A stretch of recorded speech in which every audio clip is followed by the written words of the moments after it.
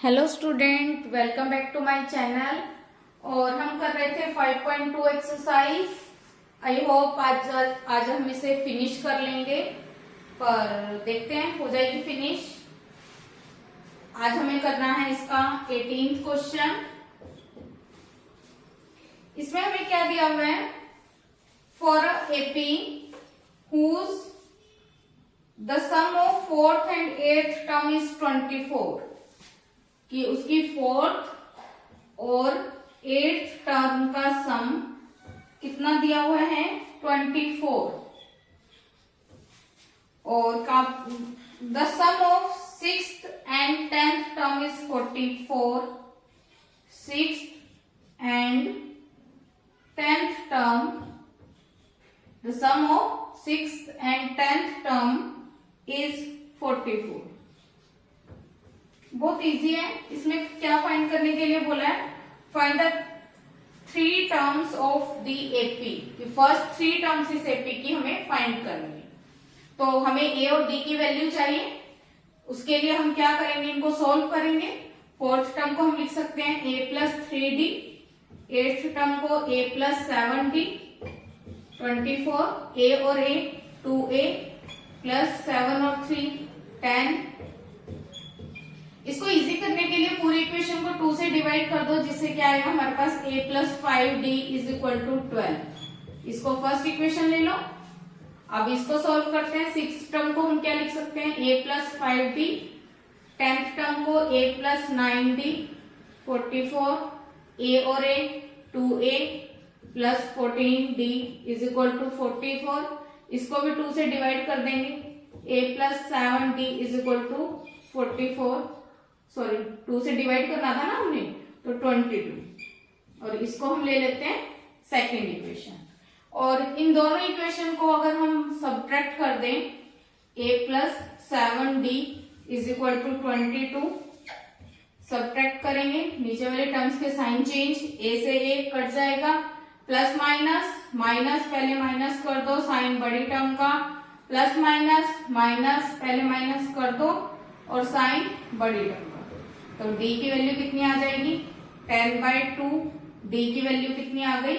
5। d की value किसी भी इक्वेशन में पुट कर दो, कितनी आई थी? 5 is equal to 22।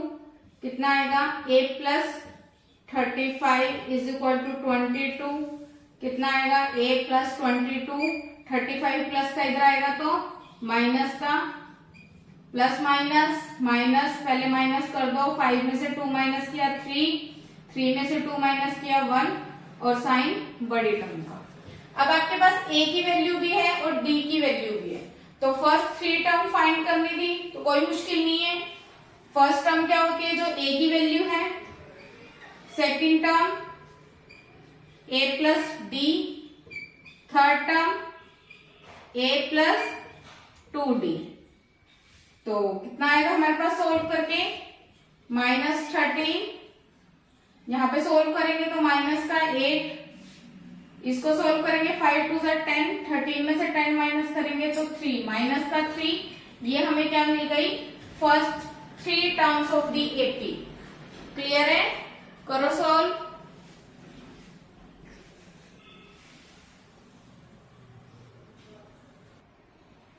Next question है आपका 19th क्वेश्चन। इसमें क्या दिया हुआ है आपको? इन 1995 Subba Rao started a work at a monthly salary of 5000 and he get a increment of ₹200 at every year, in which year his salary will be 7000। तो जिस भी पॉइंट पर अगर हम कोई भी काम स्टार्ट करेंगे, जो सैलरी आपको दी हुई है, तो वो क्या होगा हमारा? Starting term which is first term. तो आपको इसमें फर्स्ट टर्म दे दी, कितनी सैलरी पर उसने काम स्टार्ट किया था? 5000। वो आपको क्या मिल जाएगा? A। और उसको एवरी ईयर कितना इंक्रीमेंट मिला? 200। जो इंक्रीमेंट उसको मिलेगा वो क्या होगा? D। D कितना मिल गया आपको? 200। अब वो पूछ रहा है in which year his salary will be 7,000. Which year, which term? तो क्या याद आया उससे आपको? nth term. nth term 7,000. तो जो n की वैल्यू आएगी इसका मतलब उतने ईयर्स में, उस ईयर में उसकी सैलरी कितनी हो जाएगी? 7,000. तो nth टर्म सॉल्व करेंगे. Formula a plus n minus 1 into D is equal to 7,000. a की वैल्यू कितनी है? 5,000 प्लस n माइनस 1, d की वैल्यू 200 इज इक्वल टू 7,000. 500 यहाँ प्लस का है, दूसरी तरफ जाएगा तो माइनस का. माइनस करेंगे कितना आ जाएगा? 2000. अब 200 यहाँ मल्टीप्लाई में इधर जाएगा तो डिवाइड में.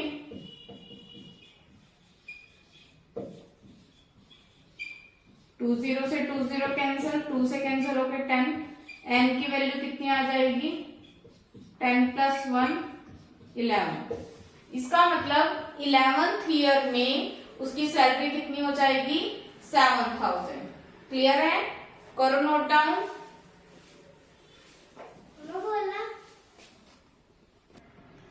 अब हमें करना है इसका लास्ट क्वेश्चन. और लास्ट क्वेश्चन में आपको क्या दिया है? Ramkali saves ₹50 in first week. तो फर्स्ट वीक की बात की जाए तो ये क्या होगा हमारे पास? मतलब उसने सेविंग करना स्टार्ट किया है. तो ये आपको क्या दी हुई है? a की value. Then she increase her saving ₹17.5 in every week. कि हर वीक उसने अपनी सेविंग कितनी बढ़ा दी. तो वो आपके क्या दिया हुआ है? डी. डी की वैल्यू कितनी मिल गई आपको? 17.5. अब इसमें क्या बताया आपको कि nth वीक में उसकी जो टोटल सेविंग है वो कितनी हो गई? 207.50.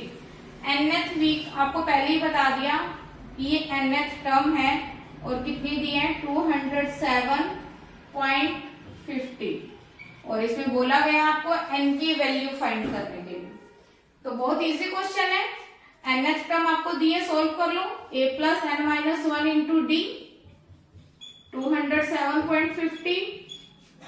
a की वैल्यू है 50 प्लस n माइनस 1, डी की वैल्यू 17.5 प्लस का 50 है, दूसरी तरफ जाएगा तो माइनस का.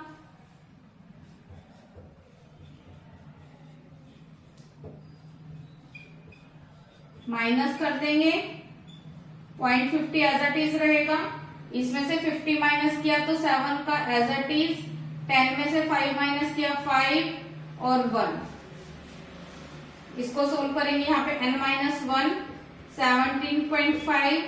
अब 17.5 यहाँ मल्टीप्लाई में है, इधर जाएगा तो डिवाइड में.